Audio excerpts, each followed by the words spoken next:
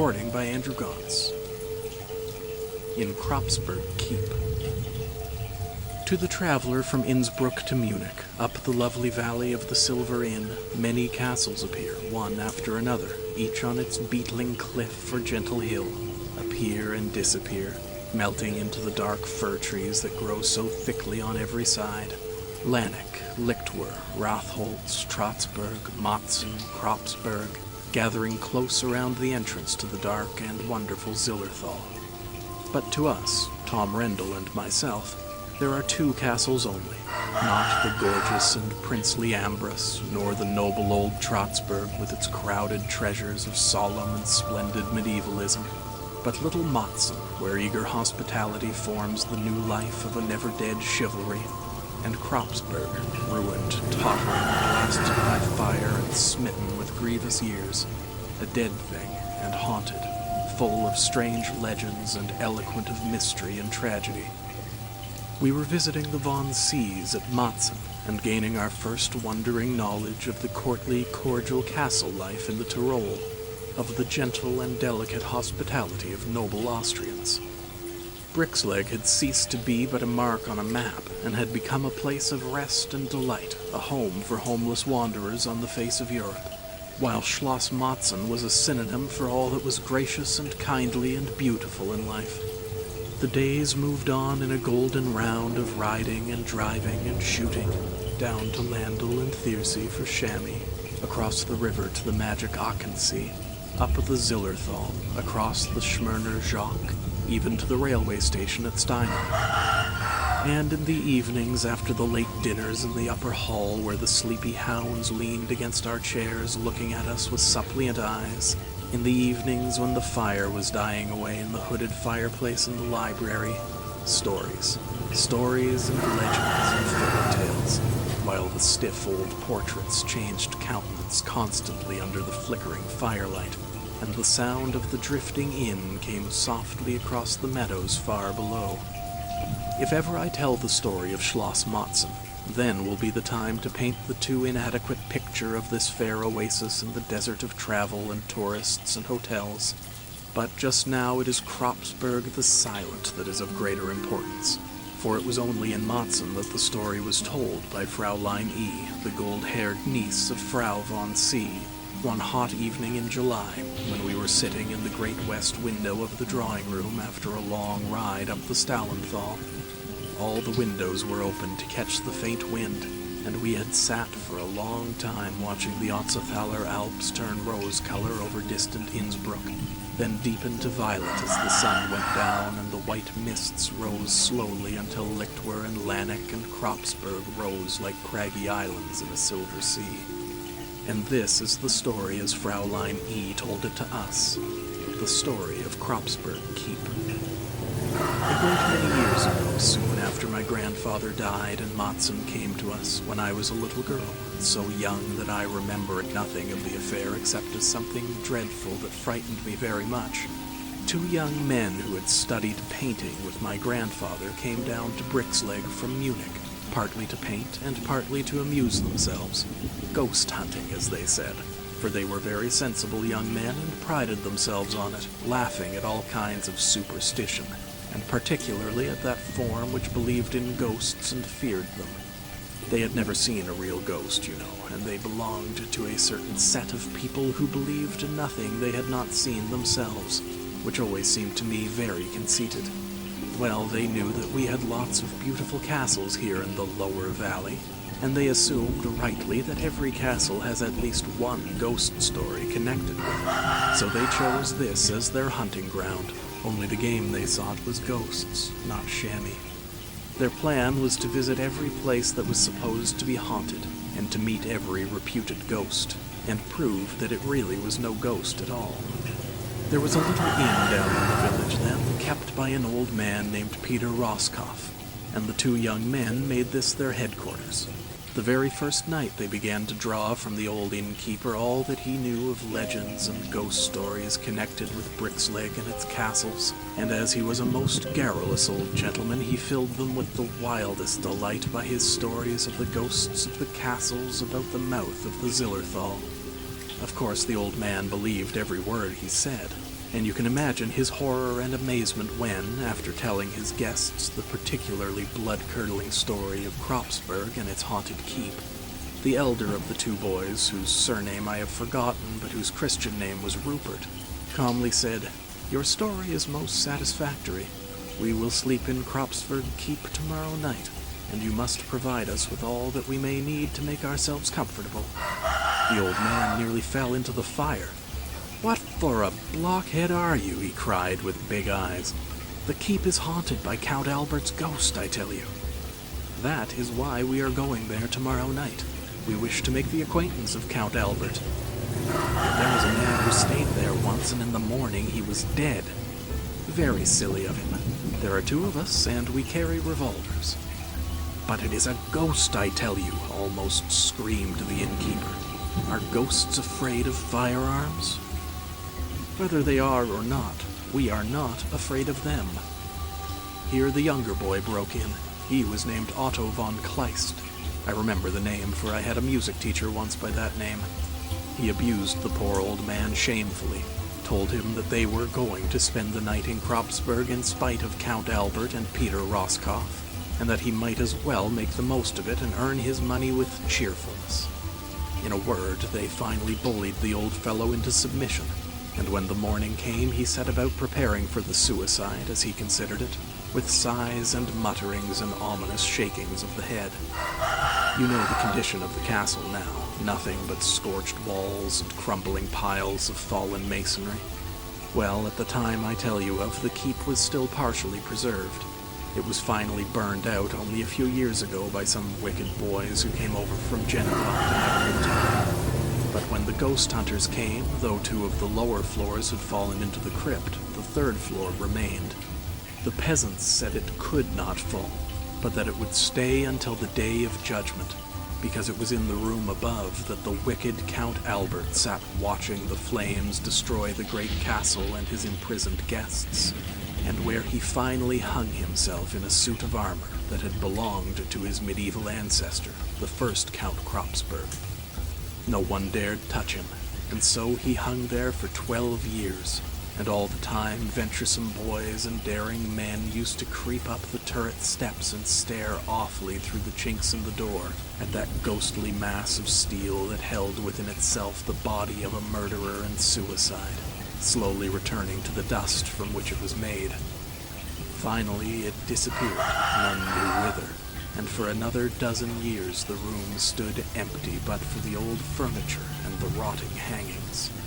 So when the two men climbed the stairway to the haunted room, they found a very different state of things from what exists now.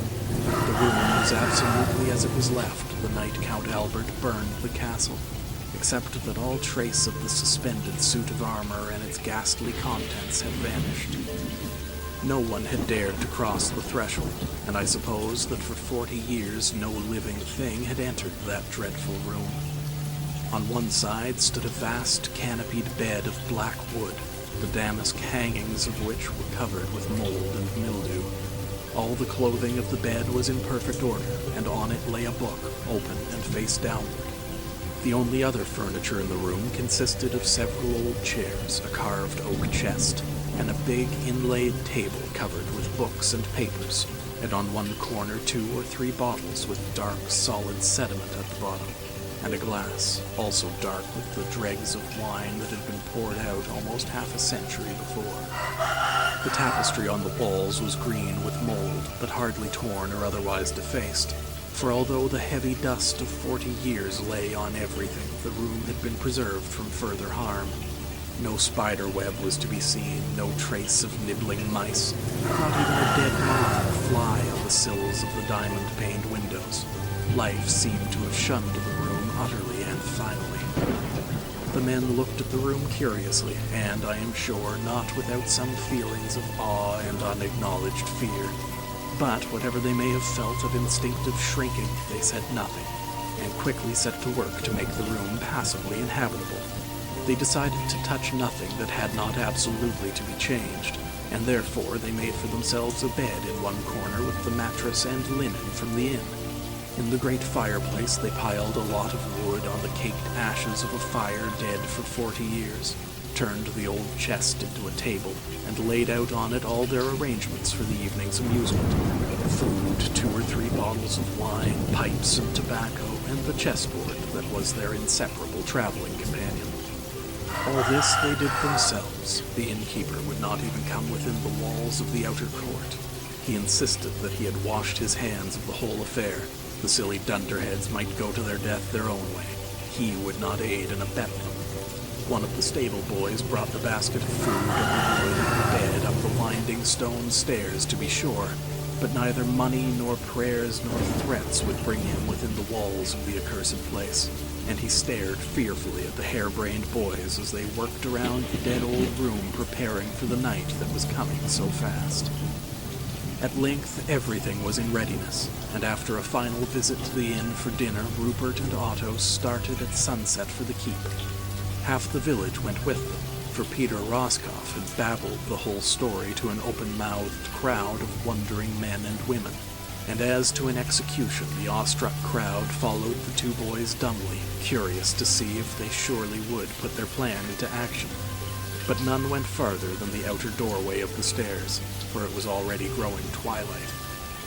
In absolute silence they watched the 2 foolhardy youths with their lives in their hands enter the terrible keep, standing like a tower in the midst of the piles of stones that had once formed walls joining it with the mass of the castle beyond. When a moment later a light showed itself in the high windows above, they sighed resignedly and went their ways, to wait stolidly until the morning should come and prove the truth of their fears and warnings. In the meantime, the ghost hunters built a huge fire, lighted their many candles, and sat down to await developments. Rupert afterwards told my uncle that they really felt no fear whatsoever, only a contemptuous curiosity, and they ate their supper with good appetite and an unusual relish. It was a long evening. They played many games of chess, waiting for midnight. Hour passed after hour, and nothing occurred to interrupt the monotony of the evening. 10, 11 came and went. It was almost midnight. They piled more wood in the fireplace, lighted new candles, looked to their pistols, and waited. The clocks in the village struck 12, the sound coming muffled through the high, deep embrasured windows. Nothing happened, nothing to break the heavy silence, and with a feeling of disappointed relief, they looked at each other and acknowledged that they had met another rebuff. Finally, they decided that there was no use in sitting up and boring themselves any longer. They had much better rest, so Otto threw himself down on the mattress, falling almost immediately asleep. Rupert sat a little longer, smoking and watching the stars creep along behind the shattered glass and the bent leads of the lofty windows, watching the fire fall together and the strange shadows move mysteriously on the moldering walls. The iron hook in the oak beam that crossed the ceiling midway fascinated him, not with fear but morbidity. So it was from that hook that for 12 years, 12 long years of changing summer and winter, the body of Count Albert, murderer and suicide, hung in its strange casing of medieval steel, moving a little at first and turning gently while the fire died out on the hearth, while the ruins of the castle grew cold, and horrified peasants sought for the bodies of the score of gay, reckless, wicked guests whom Count Albert had gathered in Kropfsberg for a last debauch, gathered to their terrible and untimely death. What a strange and fiendish idea it was, the young, handsome noble who had ruined himself and his family in the society of the splendid debauchees, gathering them all together, men and women who had known only love and pleasure, for a glorious and awful riot of luxury, and then, when they were all dancing in the great ballroom, locking the doors and burning the whole castle about them, the while he sat in the great keep listening to their screams of agonized fear, watching the fire sweep from wing to wing until the whole mighty mass was one enormous and awful pyre, and then, clothing himself in his great-great-grandfather's armor, hanging himself in the midst of the ruins of what had been a proud and noble castle. So ended a great family, a great house. But that was 40 years ago. He was growing drowsy. The light flickered and flared in the fireplace. One by one the candles went out. The shadows grew thick in the room. Why did that great iron hook stand out so plainly? Why did that dark shadow dance and quiver so mockingly behind it? Why? But he ceased to wonder at anything. He was asleep. It seemed to him that he woke almost immediately. The fire still burned, though low and fitfully on the hearth. Otto was sleeping, breathing quietly and regularly. The shadows had gathered close around him, thick and murky. With every passing moment, the light died in the fireplace. He felt stiff with cold. In the utter silence, he heard the clock in the village strike 2. He shivered with a sudden and irresistible feeling of fear, and abruptly turned and looked towards the hook in the ceiling. Yes, it was there. He knew that it would be. It seemed quite natural. He would have been disappointed had he seen nothing. But now he knew that the story was true, knew that he was wrong, and that the dead do sometimes return to earth. For there, in the vast, deepening shadow, hung the black mass of wrought steel, turning a little now and then with the light flickering on the tarnished and rusty metal. He watched it quietly. He hardly felt afraid. It was rather a sentiment of sadness and fatality that filled him. Of something unknown, unimaginable. He sat and watched the thing disappear in the gathering dark, his hand on his pistol as it lay by him on the great chest. There was no sound but the regular breathing of the sleeping boy on the mattress. It had grown absolutely dark. A bat fluttered against the broken glass of the window. He wondered if he was growing mad, for he hesitated to acknowledge it himself. He heard music, far, curious music, a strange and luxurious dance, very faint, very vague, but unmistakable. Like a flash of lightning came a jagged line of fire down the blank wall opposite him, a line that remained, that grew wider, that let a pale, cold light into the room, showing him now all its details. The empty fireplace, where a thin smoke rose in a spiral from a bit of charred wood, the mass of the great bed, and in the very middle, black against the curious brightness, the armored man, or ghost, or devil, standing, not suspended, beneath the rusty hook, and with the rending of the wall, the music grew more distinct, though sounding still very, very far away. Count Albert raised his mailed hand and beckoned to him, then turned and stood in the riven wall. Without a word, Rupert rose and followed him, his pistol in his hand. Count Albert passed through the mighty wall and disappeared in the unearthly light. Rupert followed mechanically. He felt the crushing of the mortar beneath his feet, the roughness of the jagged wall where he rested his hand to steady himself. The keep rose absolutely isolated among the ruins, yet on passing through the wall, Rupert found himself in a long, uneven corridor, the floor of which was warped and sagging, while the walls were covered on one side with big, faded portraits of an inferior quality, like those in the corridor that connects the Pitti and Uffizi in Florence. Before him moved the figure of Count Albert, a blank silhouette in the ever-increasing light. And always the music grew stronger and stranger, a mad, evil, seductive dance that bewitched even while it disguised. In a final blaze of vivid, intolerable light, in a burst of hellish music that might have come from Bedlam, Rupert stepped from the corridor into a vast and curious room where at first he saw nothing, distinguished nothing but a mad, seething whirl of sweeping figures, white in a white room, under white light, Count Albert standing before him, the only dark object to be seen. As his eyes grew accustomed to the fearful brightness, he knew that he was looking on a dance such as the damned might see in hell, but such as no living man had ever seen before. Around the long, narrow hall, under the fearful light that came from nowhere but was omnipresent, swept a rushing stream of unspeakable horrors, dancing insanely, laughing, gibbering hideously, the dead of 40 years. White, polished skeletons, bare of flesh and vesture, Skeletons clothed in the dreadful rags of dried and rattling sinews, the tags of tattering grave clothes flaunting behind them. These were the dead of many years ago. Then the dead in recent times, with yellow bones showing only here and there, the long and insecure hair of their hideous heads writhing in the beating air. Then green and gray horrors, bloated and shapeless, stained with earth or dripping with spattering water. And here and there, white, beautiful things like chiseled ivory, the dead of yesterday, locked, it may be, in the mummy arms of rattling skeletons. Round and round the cursed room, a swaying, swirling maelstrom of death, while the air grew thick with miasma, the floor foul with shreds of shrouds and yellow parchment, clattering bones and wisps of tangled hair.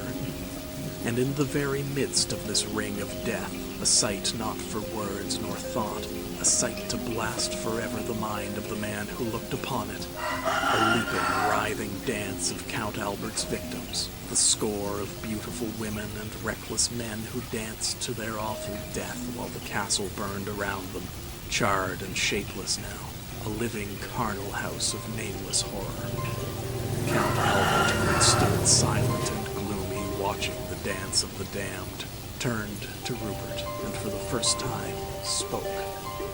"We are ready for you now. Dance." A prancing horror, dead some dozen years perhaps, flaunted from the rushing river of the dead, and leered at Rupert with eyeless skull. "Dance." Rupert stood frozen, motionless. "Dance." His hard lips moved. "Not if the devil came from hell to make me."